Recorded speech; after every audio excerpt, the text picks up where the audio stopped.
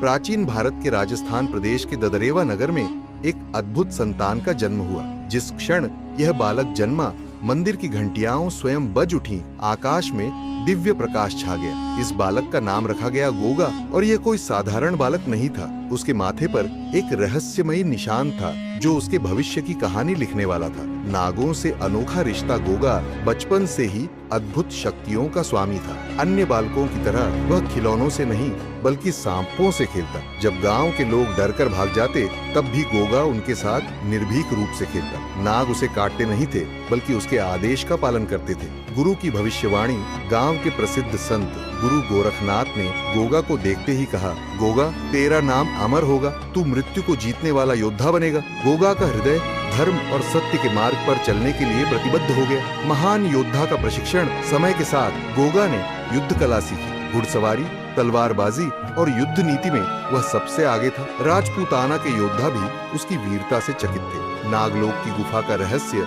एक दिन एक विशाल नाग गोगा के पास आया और फुफकारते हुए बोला, तू सिर्फ मनुष्य नहीं, नागलोक के उत्तराधिकारी भी है। गोगा उस नाग के साथ एक रहस्यमयी गुफा में गया जहाँ नागलोक का द्वार स्थित था। नागराज वासुकी से भेंट। गुफा के अंदर नागलोक के राजा नागराज वासुकी ने गोगा जी का स्वागत किया। उन्होंने कहा, तुझे नागलोक की शक्ति दी जाती है, लेकिन यह तभी प्रकट होगी जब तू धर्म की रक्षा करेगा। गोगा जी को एक जादुई तलवार और मंत्र शक्ति प्रदान की गई। नागलोक का युद्ध, शक्ति की परीक्षा। गोगा जी को नागलोक में असुरों की एक सेना से युद्ध करना पड़ा। उन्होंने अपनी दिव्य तलवार से असुरों का नाश किया। यह युद्ध उनकी पहली परीक्षा थी। नागलोक की शक्तियां प्राप्त करना। इस परीक्षा के बाद गोगा जी के शरीर में नागों की शक्तियां समा गईं। उनकी आंखें तेजस्वी हो गईं और उनके पास सर्पों को नियंत्रित करने की अद्भुत शक्ति आ गई। राज्य में लौटना। अमर योद्धा। जब गोगा जी अपने नगर लौटे तो लोग उन्हें देखकर चमत्कृत हो गए।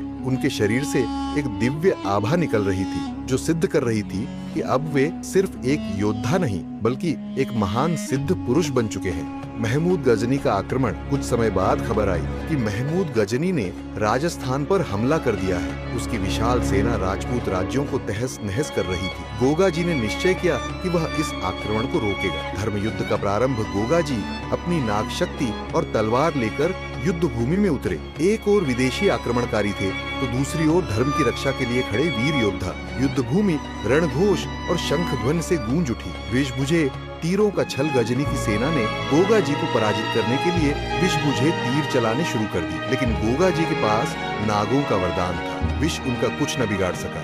मंत्र शक्ति से नागों का आह्वान। गोगा जी ने अपनी मंत्र शक्ति का उपयोग किया और आकाश की ओर देखकर कहा, हे नागराज, धर्म की रक्षा के लिए अपनी शक्ति दो। अचानक हजारों नागों की सेना प्रकट हुई और दुश्मनों पर हमला कर दिया। गजनी की सेना का पराजय। गोगा जी और उनकी नाग सेना के आगे गजनी की सेना टिक नहीं पाई। भयभीत होकर वे युद्ध भूमि छोड़कर भाग गए। गोगा जी की यह अद्भुत विजय थी। अंतिम यात्रा।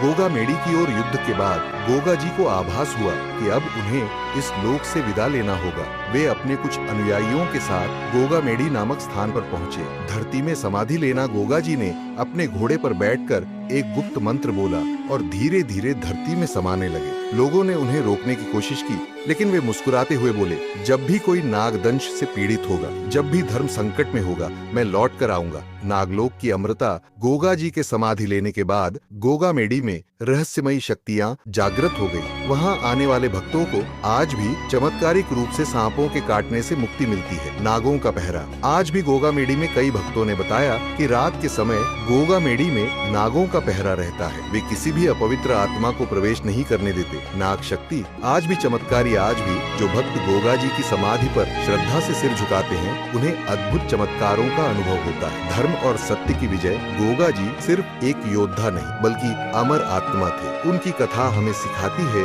कि धर्म की रक्षा के लिए सच्चा वीर सदा जीवित रहता है, चाहे वह इस लोक में हो या परलोक में।